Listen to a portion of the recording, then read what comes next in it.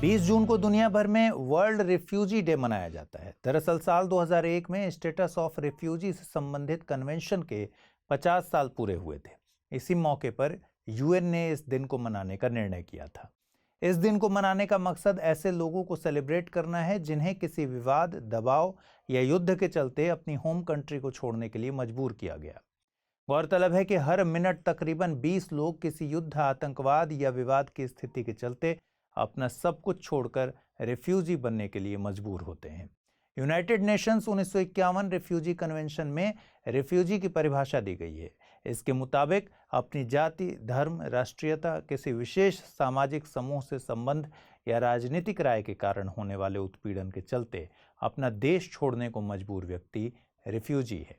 आपको बता दें कि Bharat United Nations 1951 refugee convention में हस्ताक्षरकर्ता सदस्य नहीं है।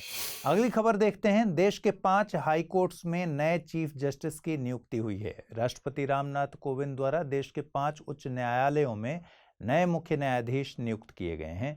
इनमें शामिल हैं उत्तराखंड, तेलंगाना, राजस्थान, हिमाचल प्रदेश और गुवाहाटी हाई कोर्ट। साथ ही साथ तेलंगाना उच्च न्यायालय के मुख्य न्यायाधीश सतीश चंद्र शर्मा का स्थानांतरण कर उन्हें दिल्ली हाई कोर्ट का मुख्य न्यायाधीश बना दिया गया है। गुवाहाटी हाई कोर्ट के जज जस्टिस उज्जल भूयान को तेलंगाना हाई कोर्ट का मुख्य न्यायाधीश नियुक्त किया गया। ऐसे ही बॉम्बे हाई कोर्ट के सीनियर मोस्ट जज और राज्य विधिक सेवा प्राधिकरण के executive chairman justice A Syed को हिमाचल प्रदेश का मुख्य न्यायाधीश नियुक्त किया गया। इन्हें भविष्य के सुप्रीम कोर्ट के जज के तौर पर देखा जा रहा है। इसी तरह बॉम्बे हाई कोर्ट के ही एक और वरिष्ठ जज जस्टिस एस शिंदे को राजस्थान हाई कोर्ट का मुख्य न्यायाधीश नियुक्त किया गया है। जस्टिस शिंदे वर्तमान में बॉम्बे हाई कोर्ट में वरिष्ठता क्रम में तीसरे नंबर पर हैं। दिल्ली हाई कोर्ट के जज जस्टिस विपिन सांघी को उत्तराखंड हाई कोर्ट का मुख्य न्यायाधीश नियुक्त किया गया और गुजरात हाई कोर्ट के जज जस्टिस RM छाया गुवाहाटी हाई कोर्ट के चीफ जस्टिस नियुक्त हुए हैं। भारतीय संविधान के अनुच्छेद 217 के तहत उच्च न्यायालय के मुख्य न्यायाधीश की नियुक्ति राष्ट्रपति द्वारा भारत के मुख्य न्यायाधीश व राज्य के राज्यपाल के परामर्श से की जाती है। मुख्य न्यायाधीश के अलावा किसी अन्य न्यायाधीश की नियुक्ति के मामले में उच्च न्यायालय के मुख्य न्यायाधीश से परामर्श किया जाता है। मिनिस्ट्री ऑफ सिविल एविएशन 21 जून को ग्वालियर फोर्ट पर योगा दिवस का आयोजन करेगी। दरअसल भारत में साल 2015 से हर साल 21 जून को इंटरनेशनल योगा डे का आयोजन किया जाता है। यहाँ ध्यान देने वाली बात है कि यूएन ने साल 2014 में योगा डे मनाने के प्रस्ताव को मंजूरी दी थी। इस साल योगा डे की थीम योगा फॉर ह्यूमैनिटी रखी गई है। इस साल भारत सरकार आज़ादी के अमृत महोत्सव के चलते 75 आइकॉनिक लोकेशंस पर योगा डे का आयोजन कर रही है। ग्वालियर फोर्ट इन्हीं लोकेशंस में से एक है। आपको बता दें, ग्वालियर का किला लगभग 525 ईस्वी में राजा सूरत सेन ने बनवाया था। मुगल साम्राज्य के संस्थापक बाबर ने इसे हिंद के किलों का रत्न की उपाधि से नवाजा था। इस किले में 5 द्वार मसलन आलमगीर दरवाज़ा, हिंडोला दरवाज़ा, गुजरी महल दरवाज़ा, चतुर्भुज मंदिर दरवाज़ा और हाथी पौड़ दरवाज़ा मौजूद हैं। गुजरी महल को 15वीं सदी में राजा मानसिंह तोमर ने गुज्जर या रानी मृगनयनी के लिए बनवाया था। किले के अंदर दाताबंदी छोड़ गुरुद्वारा भी है। यहाँ पर जहांगीर ने सिखों के 6ठे गुरु हरगोविंद को कैद में रखा था। किले के ढलान वाले पर्वत को गोपाचल पर्वत कहा जाता है। यहाँ पर जैन धर्म के पार्श्वनाथ जी की 47 फीट ऊंची प्रतिमा मौजूद है। गुस्तावो पेट्रो कोलंबिया के राष्ट्रपति चुने गए हैं। वे इस देश के पहले लेफ्टिस्ट राष्ट्रपति हैं। उन्होंने विरोधी रोडाल्फो हर्नांडेज को हराकर जीत हासिल की। गौरतलब है कि कोलंबिया दक्षिण अमेरिका में स्थित एक देश है। इसकी राजधानी बोगोटा है। इसके उत्तर में कैरेबियन सी, पूर्व में वेनेजुएला, दक्षिण में इक्वाडोर और पेरू, दक्षिण पूर्व में ब्राजील और पश्चिम में प्रशांत महासागर स्थित है। दक्षिण अमेरिका में स्थित यह इकलौता देश है जो अपनी सीमा प्रशांत और अटलांटिक दोनों महासागरों से साझा करता है। कोलंबिया दुनिया की 17 मेगा डाइवर्स कंट्रीज में से एक है। यह दुनिया में जैव विविधता के मामले में दूसरे नंबर पर है। आपको बता दें कि मेगा डाइवर्स कंट्री ऐसे देश हैं जहां पर दुनिया की सर्वाधिक जैव विविधता देखने को मिलती है। भारत भी इन 17 देशों में से एक है।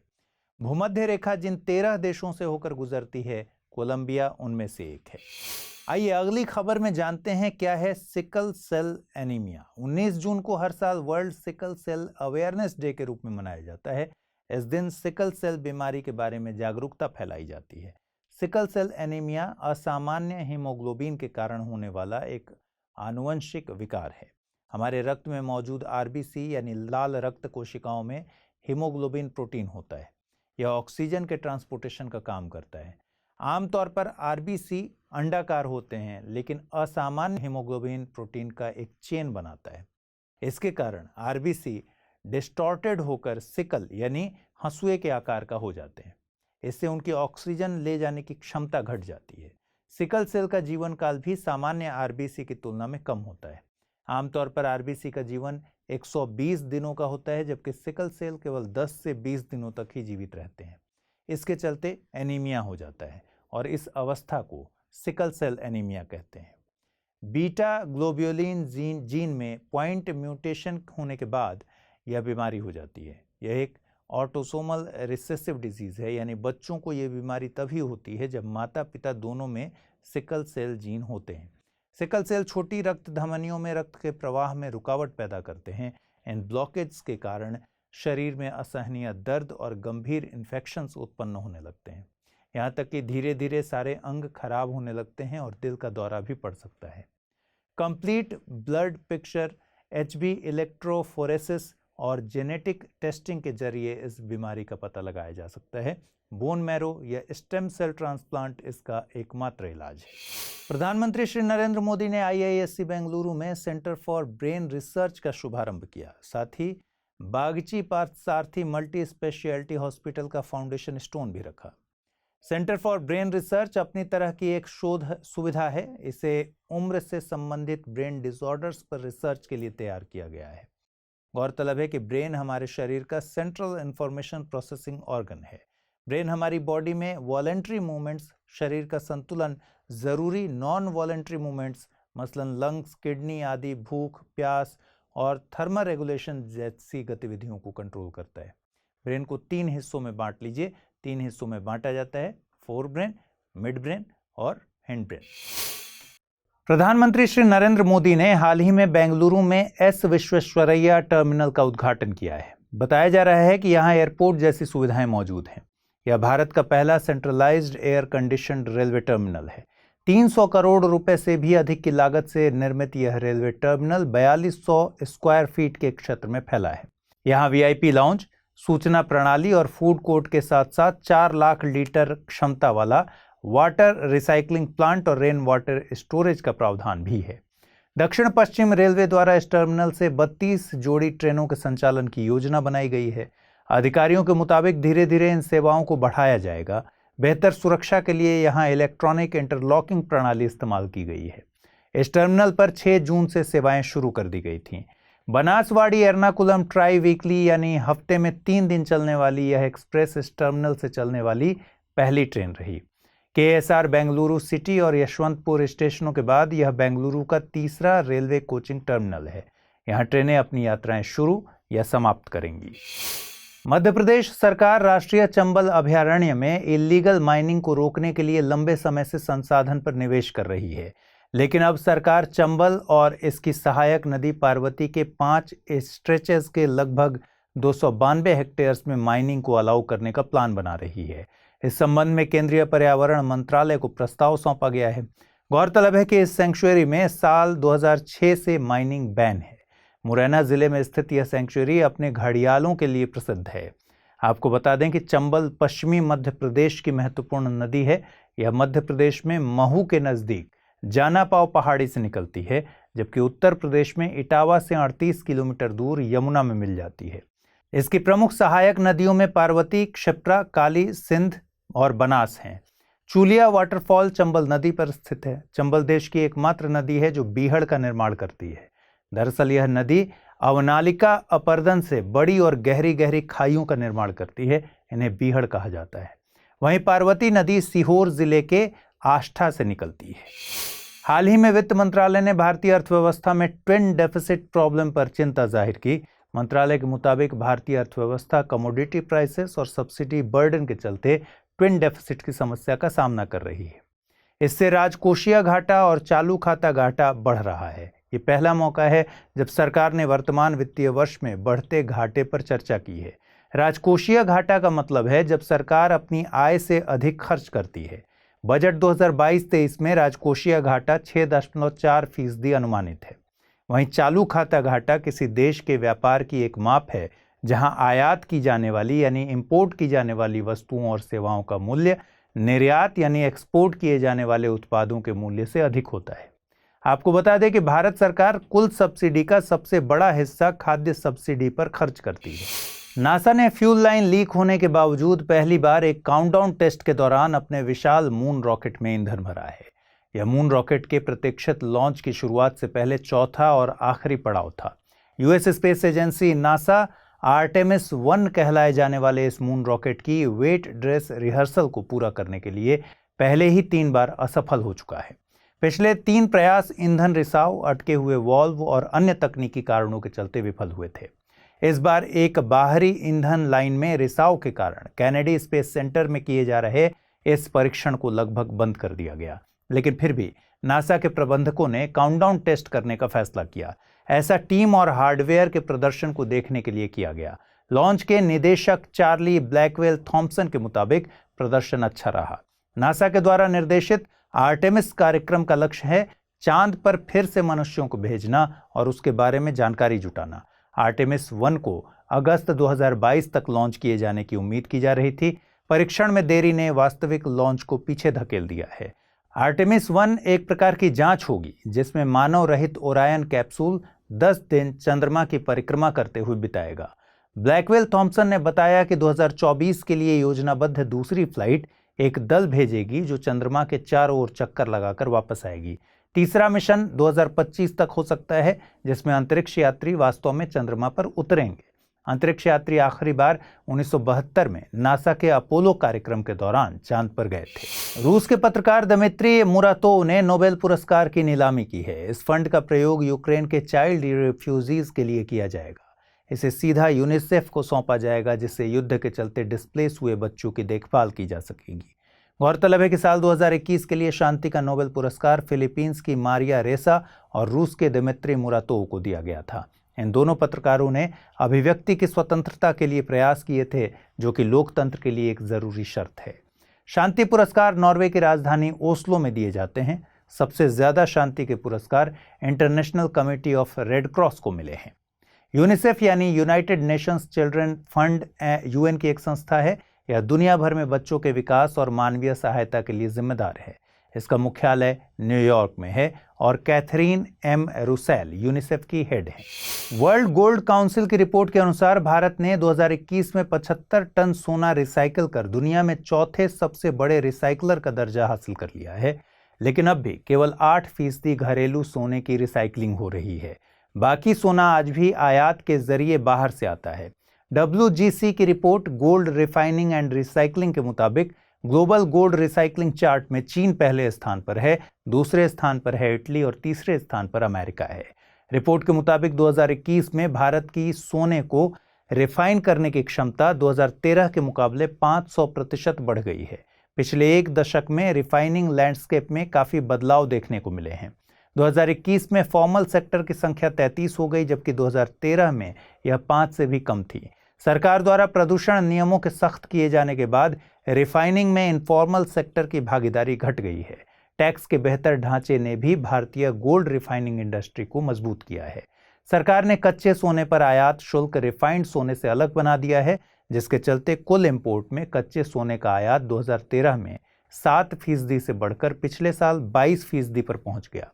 गोल्ड मोनेटाइजेशन स्कीम के जरिए सरप्लस गोल्ड को बाजार में लाए जाने की जरूरत है ताकि सोना सस्ता हो, मांग बढ़े और रिफाइनिंग की क्षमता में भी विस्तार हो। सोने के भाव में मौजूदा उतार चढ़ाव, भविष्य में इसकी कीमतों को लेकर अनुमान और आर्थिक स्थिति के चलते रिसाइकलिंग में तेजी आई है। साथ ही साथ युवा बहुत जल्दी अपने गहनों के डिजाइन बदल रहे हैं, जिससे सोने का होल्डिंग पीरियड लगातार कम हो रहा है और रिसाइकलिंग बढ़ रही है। आज के अप टू डेट में हम एक कॉन्सेप्ट डच डिजीज के बारे में जानेंगे। अर्थव्यवस्था से संबंधित इस कॉन्सेप्ट के बारे में सबसे पहले बात इकोनॉमिस्ट पीटर नियरी और मैक्स कॉर्डन ने की थी, लेकिन इस शब्द को सबसे पहले साल 1977 में द इकोनॉमिस्ट में कॉइन किया गया था। डच डिजीज का मतलब होता है जब किसी देश में किसी प्राकृतिक संसाधन की खोज के बाद अर्थव्यवस्था के विभिन्न क्षेत्रों में अनइवन ग्रोथ हो, 1960 के आसपास नीदरलैंड ने नॉर्थ सी में एक गैस रिजर्व की खोज की थी। इस वजह से ऑयल एक्सपोर्ट बढ़ा और डच करेंसी की कीमत में वृद्धि हुई। इससे नॉन ऑयल वस्तुओं के निर्यात में भारी कमी आ गई, जिसने बेरोजगारी को जन्म दिया। नीदरलैंड की इस केस स्टडी पर आधारित होने के कारण ही इस स्थिति को कहते हैं डच डिजीज। देश को इस बार दूसरी महिला राष्ट्रपति मिलने की संभावना बन रही है। दरअसल 18 जुलाई को होने वाले राष्ट्रपति चुनाव के लिए एनडीए ने द्रौपदी मुर्मू को राष्ट्रपति पद का उम्मीदवार बनाया है। राष्ट्रपति निर्वाचित होने के बाद वे देश की पहली आदिवासी महिला राष्ट्रपति होंगी। गौरतलब है कि देश की पहली महिला राष्ट्रपति के तौर पर प्रतिभा देवी सिंह पाटिल काबिज रह चुकी हैं। संविधान में राष्ट्रपति के निर्वाचन से जुड़े अनुच्छेदों की बात करें तो जहां एक और अनुच्छेद 52 बताता है कि भारत का एक राष्ट्रपति होगा, वहीं अनुच्छेद 54 राष्ट्रपति के निर्वाचन के प्रोसेस को डिस्क्राइब करता है। एनडीए उम्मीदवार द्रौपदी मुर्मू ओडिशा के मयूरभंज जिले की हैं। वे झारखंड की पहली आदिवासी महिला राज्यपाल रही हैं। साथ ही वे ओडिशा से राज्यपाल बनने वाली पहली महिला और आदिवासी नेता हैं। वे भारत की तीसरी सबसे बड़ी जनजाति संथाल आदिवासी समूह से ताल्लुक रखती हैं। ये जनजाति झारखंड, ओडिशा, पश्चिम बंगाल, बिहार और असम में पाई जाती है। राष्ट्रपति चुनाव के नतीजे 21 जुलाई को आने वाले हैं। 25 जुलाई को नए राष्ट्रपति पद संभालेंगे। आपको बता दें कि विपक्ष की तरफ से यशवंत सिन्हा को राष्ट्रपति पद का उम्मीदवार बनाया गया है। कंबोडिया की मेकोंग नदी में सबसे बड़ी मीठे पानी की मछली पाई गई है। कंबोडिया और अमेरिका के वैज्ञानिकों के अनुसार ये एक स्टिंगरे है। Joint Cambodian American research project wonders of the Mekong के अनुसार इस 4 मीटर यानी 13 फीट लंबी मछली का वजन है 300 केजी। इससे पिछले रिकॉर्ड में 2005 में थाईलैंड के मीठे पानी में पाई गई 293 केजी की कैटफिश का नाम दर्ज है। मीठे पानी की मछलियां उन मछलियों को कहा जाता है जो अपना पूरा जीवन मीठे पानी में बिताती हैं, जबकि समुद्री मछलियां समुद्री और मीठे पानी के बीच माइग्रेट करती हैं। बायोलॉजिस्ट के मुताबिक मेकोंग नदी में इतनी बड़ी मछली का पाया जाना ये दर्शाता है कि ये नदी स्वच्छ है। मेकोंग नदी चीन, म्यांमार, लाओस, थाईलैंड, कंबोडिया और वियतनाम से होकर गुजरती है और इसमें दुनिया की तीसरी सबसे विविध मछली की आबादी पाई जाती है। दुनिया भर में बड़ी मछलियां इंडेंजर्ड हैं। 70% मीठे जल में पाई जाने वाली बड़ी मछलियां एक्सटिंक्ट होने के कगार पर हैं। जायंट स्टिंगरे के बारे में बहुत कम जानकारी उपलब्ध है। ये पूरे साउथ ईस्ट एशिया में पाई जाती हैं, लेकिन इसकी लाइफ हिस्ट्री, इकोलॉजी और माइग्रेशन पैटर्न्स के बारे में अभी कोई भी जानकारी उपलब्ध नहीं है। ऑस्ट्रिया के वियना में TPNW यानी treaty on the prohibition of nuclear weapons की पहली मीटिंग आयोजित की जा रही है। इस मौके पर यूएन के प्रमुख एंटोनियो गुटेरेस ने दुनिया के देशों से सभी नाभिकीय हथियारों को छोड़ देने की बात की।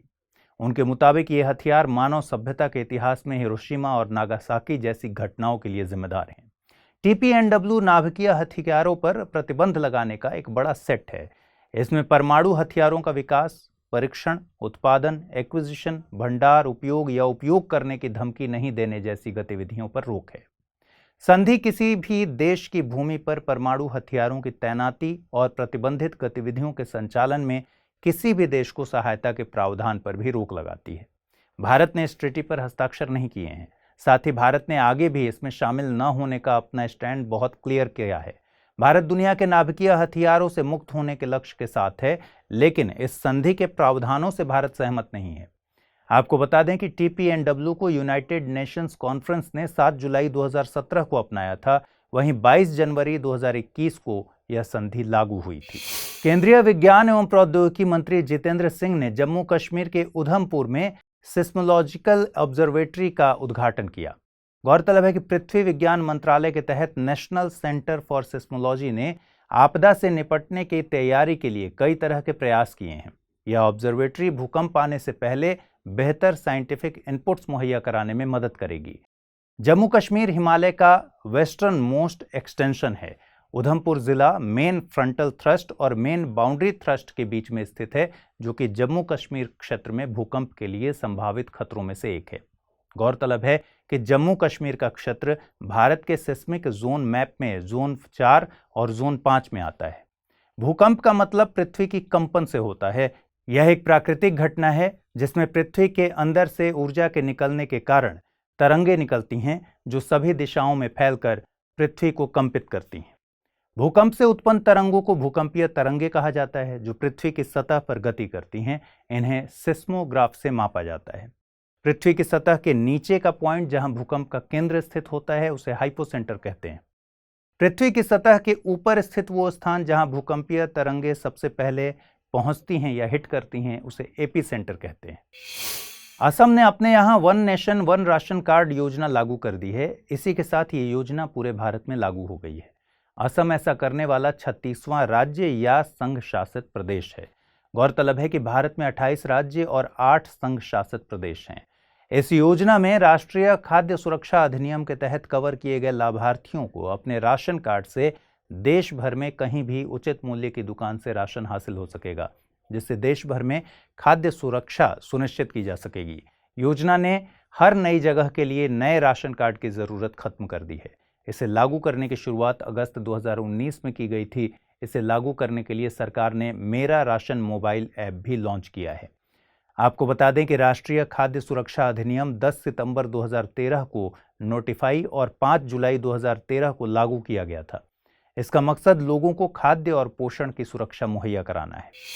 हर साल 23 जून को विश्व ओलंपिक दिवस मनाया जाता है। इस साल की theme together for a peaceful world रखी गई है। इस दिन को मनाने के पीछे का मकसद खेल के जरिए दुनिया में शांति लाना और लोगों को एक साथ लाना है। इस दिन को मनाने का प्रस्ताव साल 1948 में लाया गया था।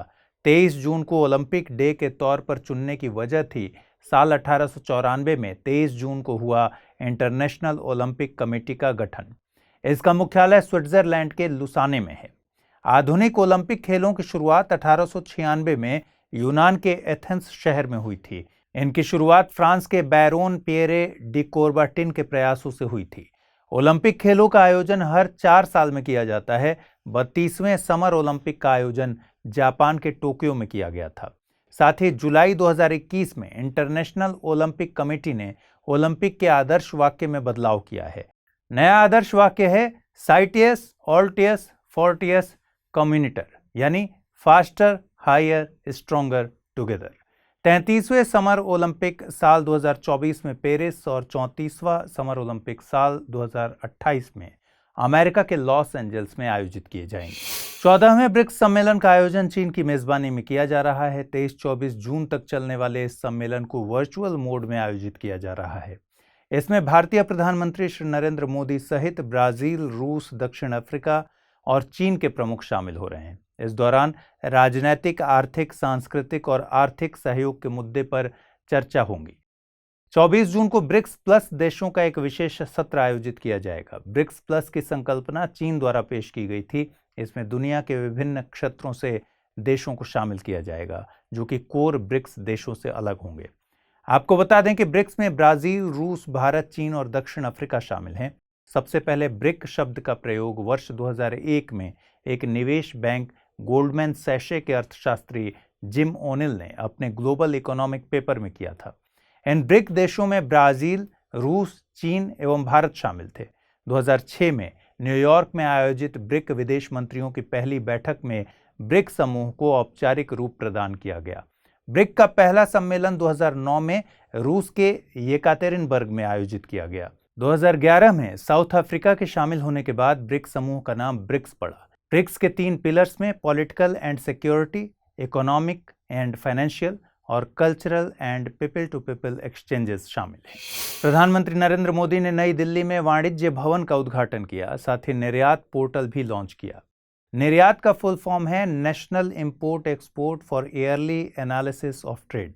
पोर्टल के जरिए एक्सपोर्टर्स, सरकार के अलग अलग डिपार्टमेंट्स, राज्य सरकारें, सभी स्टेक होल्डर्स के लिए जरूरी रियल टाइम डेटा तक सभी की पहुंच होगी। इससे निर्यातकों को जरूरी फैसले लेने में मदद मिलेगी। इस पोर्टल से दुनिया के 200 से ज्यादा देशों में निर्यात होने वाले 30 से अधिक कॉमोडिटी ग्रुप्स से जुड़ी जरूरी जानकारी उपलब्ध होंगी। साथ ही आने वाले वक्त में जिलावार एक्सपोर्ट से जुड़ी जानकारियां भी मिलेंगी। वन डिस्ट्रिक्ट वन प्रोडक्ट को भी इस पोर्टल से जोड़ा जाएगा। इससे जिलों को एक्सपोर्ट्स के अहम सेंटर बनाने के प्रयासों को भी बल मिलेगा। इससे भारत के निर्यात की आसानी से मॉनिटरिंग संभव हो पाएगी। पोर्टल के जरिए भारत के वित्तीय क्षेत्र को 3 T's यानी ट्रेड, टूरिज्म और टेक्नोलॉजी को मजबूती प्रदान की जाएगी।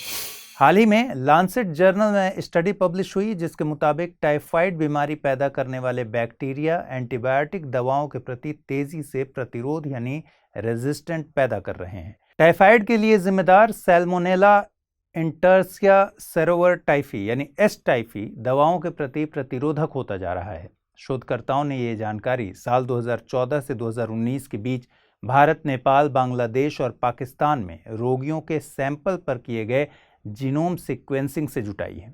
वैज्ञानिकों ने इसकी वजह म्यूटेशन को बताया है। आंकड़ों के मुताबिक टाइफाइड से हर साल 1 लाख से अधिक मौतें होती हैं। इस बीमारी के वैश्विक बर्डन में 70% योगदान दक्षिण एशिया का है। गौरतलब है कि टाइफाइड संक्रमित भोजन और पानी से होता है। इसमें तेज बुखार के साथ सिरदर्द जैसी शिकायतें होती हैं।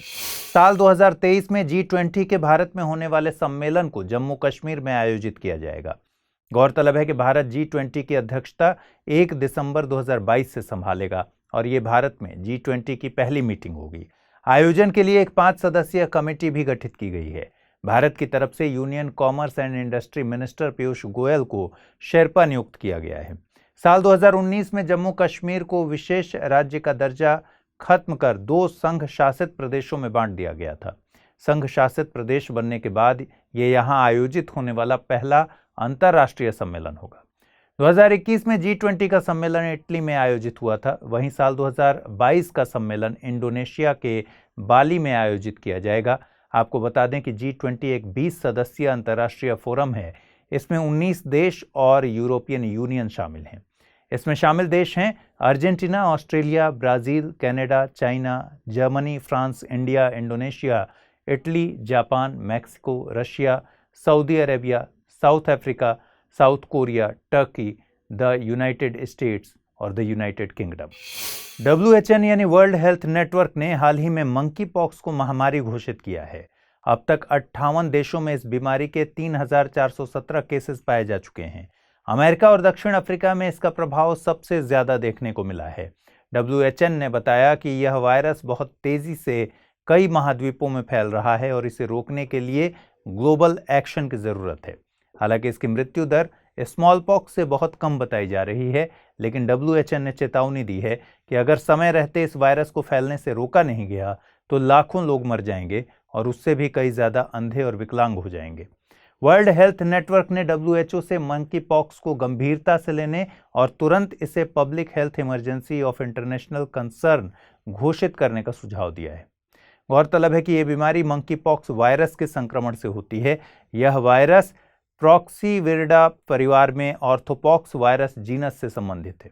मनुष्यों में मंकी पॉक्स के लक्षण संक्रमण के 7 से 14 दिनों के बाद शुरू होते हैं, जिसमें बुखार, सिरदर्द, मांसपेशियों में दर्द, थकावट के साथ चेचक के समान लक्षण दिखाई देने लगते हैं। यह वायरस संक्रमित जानवरों से फैलता है। अभी तक इसका कोई ठोस इलाज नहीं मिला है। भारत में अभी तक मंकी पॉक्स का एक भी मामला सामने नहीं आया है। थार मरुस्थल में एक नई तरह की मकड़ी पाई गई है जिसका नाम एक मलयाली एरेक्नोलॉजिस्ट के नाम पर रखा गया है। क्राइस्ट कॉलेज के डिपार्टमेंट ऑफ जूलॉजी के हेड और centre for animal taxonomy and ecology CATE के फाउंडर सुधी कुमार एवी के नाम पर इस जंपिंग स्पाइडर का नाम सुडोमॉर्गस सुधी रखा गया है। ऐसा भारतीय एरेक्नोलॉजी के क्षेत्र में इनके योगदान को सम्मान देने के लिए किया गया। मकड़ी की यह प्रजाति एक ज्वाइंट एक्सप्लोरेशन के दौरान खोजी गई। यह मरुस्थल की सूखी घास में पाई जाती है। यह इस जीनस की पहली प्रजाति है जो भारत में पाई गई है। विश्व भर में इस जीनस की मकड़ियों की 35 प्रजातियां पाई जाती हैं। ब्रिटिश एरेक्नोलॉजिकल सोसाइटी के अंतर्राष्ट्रीय वैज्ञानिक जर्नल एरेक्नोलॉजी के मुताबिक इस मकड़ी की लंबाई केवल 4 मिलीमीटर है। नर का सिर गहरे भूरे रंग का होता है जो छोटे सफेद बालों से ढका होता है। इसकी आंखें काली होती हैं। इसके हल्के पीले रंग के एब्डोमेन के बीच से एक गहरे रंग की धारी गुजरती है। मादा का सिर पीले रंग का होता है। इसकी आंखें भी काली होती हैं। इसके हल्के पीले रंग के एब्डोमेन पर सफेद रंग के चटके पाए जाते हैं। डॉक्टर सुधी कुमार ने भारतीय मकड़ी की विविधता पर 200 से भी ज्यादा रिसर्च आर्टिकल्स लिखे हैं। इनकी अध्यक्षता में CATE के वैज्ञानिकों ने केरल के अलग अलग क्षेत्रों में अब तक मकड़ियों की 35 से भी ज्यादा नई प्रजातियों की खोज की है। इसरो ने ऐलान किया है कि वो 30 जून को अपनी कमर्शियल आर्म NSIL के दूसरे डेडिकेटेड कमर्शियल मिशन PSLV-C53 को लॉन्च करने जा रहा है। यह लॉन्च व्हीकल सिंगापुर से 3 सैटेलाइट्स को लॉन्च करेगा। यह मिशन सतीश धवन अंतरिक्ष केंद्र श्रीहरिकोटा के दूसरे लॉन्च पैड से शाम 6 बजे उड़ान भरेगा। यह पीएसएलवी का 55वां mission, PSLV core alone variant का उपयोग करने वाला 15वां मिशन और दूसरे लॉन्च पैड से 16वां पीएसएलवी लॉन्च होगा। सैटेलाइट्स की बात करें तो DSEO सैटेलाइट का वजन 365 केजी और न्यू SAR का वजन 155 केजी है। दोनों ही सिंगापुर के सैटेलाइट्स हैं जिनका निर्माण रिपब्लिक ऑफ कोरिया में स्टारिक इनिशिएटिव द्वारा किया गया है। तीसरी satellite Nanyang technological university Singapore की 2.8 केजी की स्कूब 1 है। DSEO 0.5 मीटर रिजोल्यूशन इमेजिंग क्षमता के साथ electro optic multi spectral payload वहन करता है, जबकि न्यू SAR पेलोड को वहन करने वाली सिंगापुर की पहली छोटी कमर्शियल सैटेलाइट है। वहीं स्कूब आई S3I सीरीज की पहली सैटेलाइट है। इसरो चौथे चरण यानी PS4 का उपयोग PSLV कक्षीय प्रायोगिक मॉड्यूल यानी POEM के लिए करेगा। इसरो के मुताबिक यह पहली बार है जब PS4 चरण पृथ्वी की एक स्थिर मंच के रूप में परिक्रमा करेगा। यह 4 सूर्य सेंसर, 1 मैग्नेटोमीटर, गायरोज और नाविक का उपयोग करके नेविगेट करता है। इसमें दूरसंचार सुविधा भी है। POEM में भारतीय अंतरिक्ष स्टार्टअप दिगंतारा और ध्रुव एरोस्पेस के सहित 6 पेलोड हैं। साइंटिस्ट ने कैरेबियन मैंग्रोव स्वैम्प में दुनिया का सबसे बड़ा बैक्टीरियम खोजा है। इस बैक्टीरियम को खुली आंखों से देखा जा सकता है, जबकि ज्यादातर बैक्टीरिया माइक्रोस्कोप से ही देखे जा सकते हैं। ऑलिवर ग्रॉस नाम के बायोलॉजिस्ट ने सबसे पहले इस बैक्टीरियम को 2009 में देखा था। उस समय इसकी पहचान वो बैक्टीरिया के तौर पर इसलिए नहीं कर पाए क्योंकि इसका साइज बहुत बड़ा था, करीब 0.9 सेंटीमीटर के आसपास। जब इसका जेनेटिक एनालिसिस किया गया तो पता चला कि इसमें सिंगल बैक्टीरियम सेल है। रिसर्चर्स ने बताया कि इसमें सेल का स्ट्रक्चर बैक्टीरिया से बिल्कुल अलग है, या यूं कहें कि अनयूजुअल है। एक बड़ा अंतर यह है कि इसमें लार्ज सेंट्रल कंपार्टमेंट या फिर वैक्यूल है। हो सकता है इसकी वजह से इसका साइज बहुत बड़ा हो। हालांकि इस बैक्टीरियम का साइज इतना बड़ा क्यों है, इस पर अभी कोई निश्चित जानकारी वैज्ञानिकों के पास भी नहीं है।